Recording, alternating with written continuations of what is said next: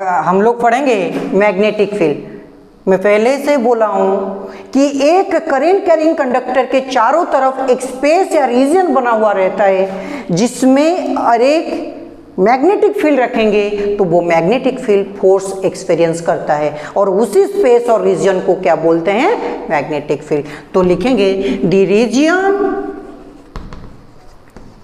और space around a current carrying conductor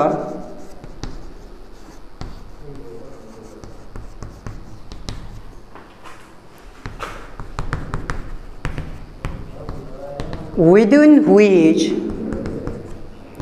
its influence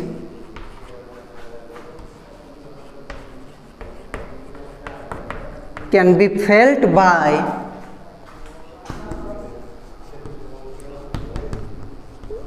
magnetic needle is called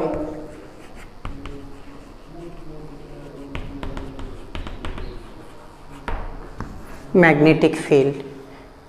ये एक current carrying conductor के चारों तरफ एक स्पेस और रीजन बना हुआ रहता है जिस स्पेस और रीजन में अगर कोई मैग्नेटिक नीडल आता है वो मैग्नेटिक नीडल फोर्स एक्सपीरियंस करेगा और वही स्पेस और रीजन को बोलते हैं मैग्नेटिक फील्ड। तो ये मैग्नेटिक फील्ड में क्या फोर्स रहता है और मैग्नेटिक फील्ड में क्या चीज रहता है ये चीज हम लोग देखेंगे। सपोज ये एक स्पेस है, ये एक प्लेन है, सपोज ये एक प्लेन है। सपोज यहां पर एक चार्ज पार्टिकल है प्लस क्यू चार्ज पार्टिकल है, इसका वेलोसिटी किस तरफ है, इस तरफ है, v वेक्टर इस तरफ है।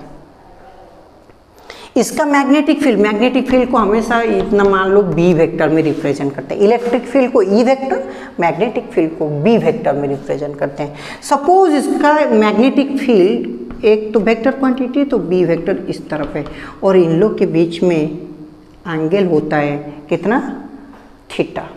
तो ये चार्ज पार्टिकल एक फोर्स एक्सपीरियंस करेगा, मैग्नेटिक फोर्स। ये मैग्नेटिक फोर्स जो एक्सपीरियंस करेगा, मैग्नेटिक फोर्स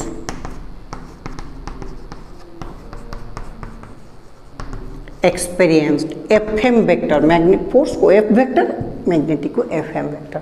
तो क्या ना जो चार्ज है into V cross B vector, V cross B मतलब क्या होता है, QVV कितना, साइन थीटा।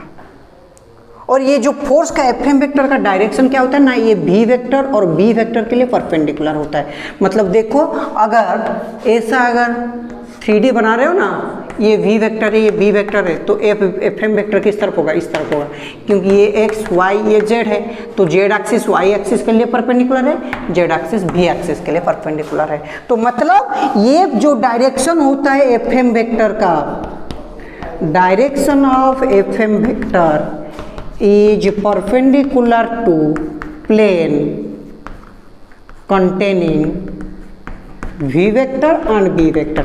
मतलब जिस प्लेन में B vector and B vector होंगे उसी प्लेन को परपेंडिकुलर होके मैग्नेटिक फोर्स का वेक्टर रहेगा या FM वेक्टर रहेगा जिसका वैल्यू होता है QVV sin theta। This is very important, QVV sin theta। A charged particle always experiences a magnetic force. If the angle between V vector and V vector is theta, then the magnetic force FM vector is Q into V cross V vector equal to QVV sin theta। और इसका direction क्या होता है ना, it is always perpendicular to the plane containing V vector and V vector. Okay, first हम लोग पढ़ेंगे magnetic field का स्पेशल केसेस। इसी से मैग्नेटिक फील्ड का हम लोग को पता चलेगा, मैग्नेटिक फील्ड का स्पेशल केसेस के बाद में पता चलेगा कि मैग्नेटिक फील्ड का डेफिनेशन क्या होता है। हम लोग जानते हैं मैग्नेटिक फील्ड क्या होता है ना, FM vector equal to QVV sin theta, हम लोग इतना जानते हैं। सपोज केस वन क्या हो गया, थीटा हो गया 0 डिग्री, थीटा 0 डिग्री हो या 180 डिग्री हो तो क्या होगा, थीटा 0 डिग्री और 180 डिग्री मतलब क्या होगा, F M equal to Q V V sine theta. Theta अगर 0 डिग्री होगा तो साइन थीटा क्या होगा, थीटा के बदले 0 डालो तो वैल्यू भी 0 आएगा, थीटा के बदले 180 भी डालो वैल्यू वही 0 आएगा। तो यहाँ पर साइन थीटा 0 आ गया, तो साइन थीटा अगर 0 आ गया तो फोर्स कितना हो गया, 0 हो गया। तो कब फोर्स 0 होता है ना, जब एंगल 0 डिग्री होता है, मतलब V और B के बीच में एंगल सेम रहता है, सॉरी V और B दोनों सेम डायरेक्शन में हो या दोनों अपोजिट डायरेक्शन में हो। मतलब when A charged particle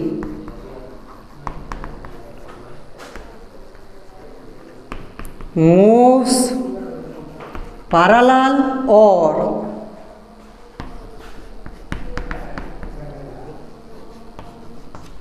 anti-parallel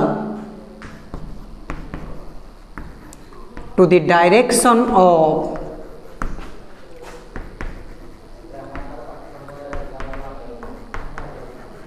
magnetic field, then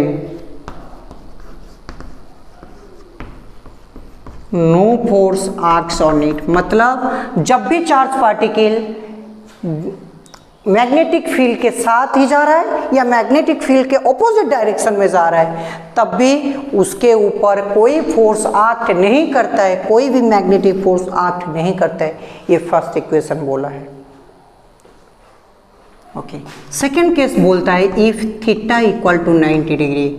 अगर थीटा 90 डिग्री होता है तो साइन थीटा का वैल्यू कितना होगा ना, sine theta equal to sine 90 और साइन 90 का वैल्यू कितना होता है, 1 होता है। तो फोर्स कितना होगा, F M equal to Q V V sine theta implies that F M कितना होगा, क्यू वी वी। यहाँ से हम लोग डेफिनेशन निकालेंगे। देखो डेफिनेशन क्या होगा, B कितना होगा, F M by Q V. देखो B एफ एम के साथ बराबर होगा, इक्वल होगा जब Q का वैल्यू 1 कूलम होगा और वेलोसिटी कितना होगा, 1 मीटर पर सेकेंड। तो मैग्नेटिक फील्ड मैग्नेटिक फोर्स के साथ बराबर होता है जब एक कूलम चार्ज एक यूनिट वेलोसिटी में 90 डिग्री में मूव करता है। और यहाँ पर तो थीटा कितना है, थीटा कितना है, 90 degree.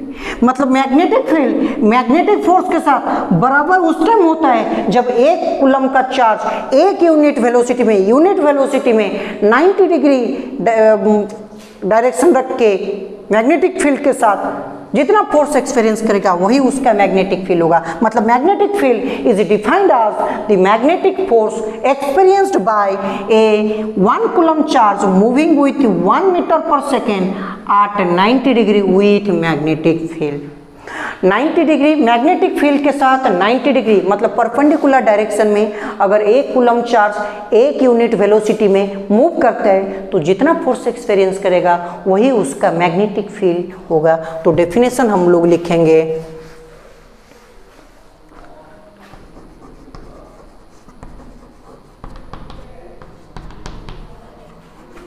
Magnetic field is defined as the क्या होगा, magnetic force experienced by 1 coulomb charge by unit positive charge moving with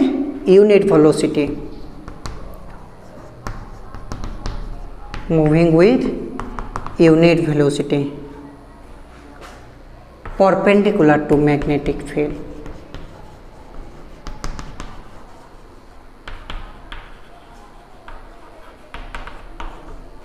मतलब अगर एक कूलम चार्ज एक with unit velocity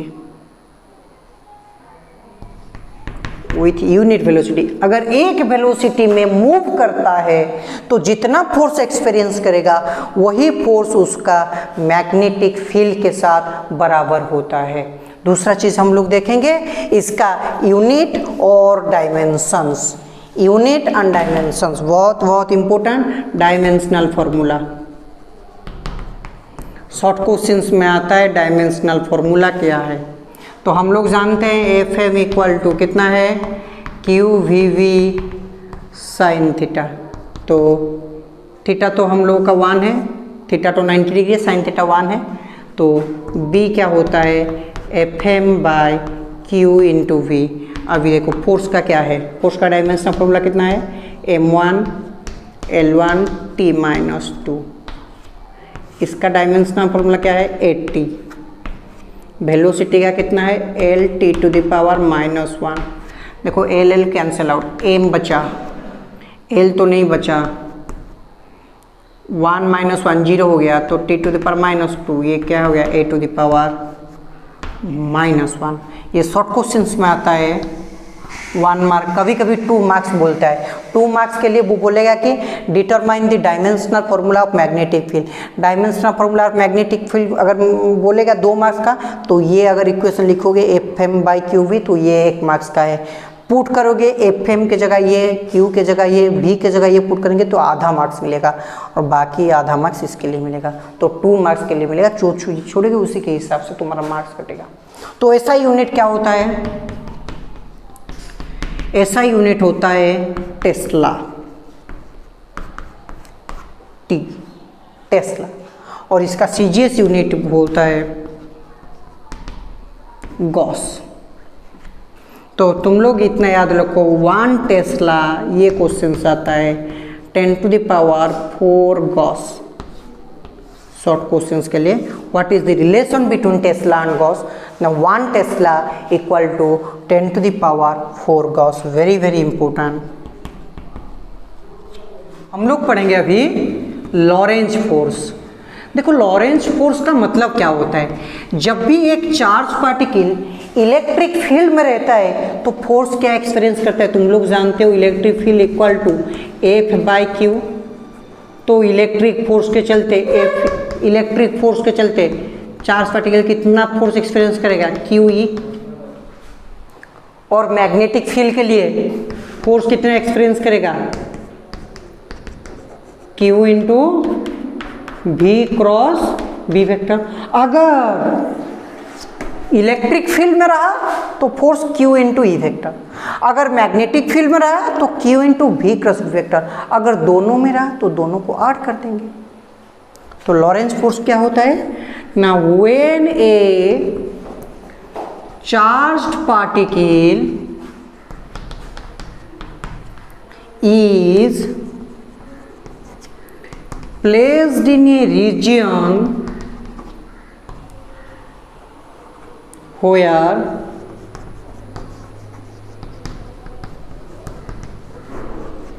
both electric field and magnetic field exist, it experiences a net force called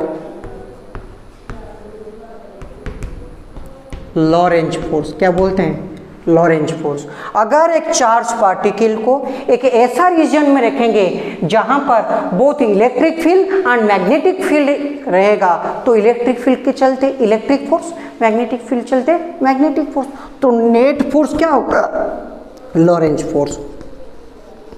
इसको बोलते हैं Lorentz force. क्या होगा ना, F E vector plus F M vector. F E vector कितना आ गया, क्यू इंटू ई वेक्टर हम लोग निकाले हैं। एफ एम वेक्टर अभी ही पढ़े हैं, Q into B cross B vector. तो क्यू कॉमन ले आओ, ले आने से क्या होगा, ई वेक्टर प्लस भी क्रॉस बी वेक्टर। तो कभी कभी ये क्वेश्चन आता है जो derive the expression for Lorentz force. तो लॉरेंज फोर्स के चलते एक्सप्रेशन निकालो, क्या लिखोगे ना, जब भी एक चार्ज पार्टिकल एक ऐसा रीजन में रहता है जिस रीजन में both electric field and magnetic field रहता है, तब उसी रीजन में वही चार्ज पार्टिकल एक फोर्स एक्सपीरियंस करता है, जिस फोर्स को बोलते हैं लॉरेंज फोर्स। और Lorentz force equals to sum of electric force and magnetic force. मतलब इलेक्ट्रिक फोर्स मतलब Fe प्लस Fm। Fe के लिए Q into E vector, Fm के लिए Q into V cross B vector. तो Q कॉमन ले आओ, कॉमन आने से ई vector plus v cross b vector. Lord Jagannath Academy, happy to help you. For more queries, contact us. Thanks.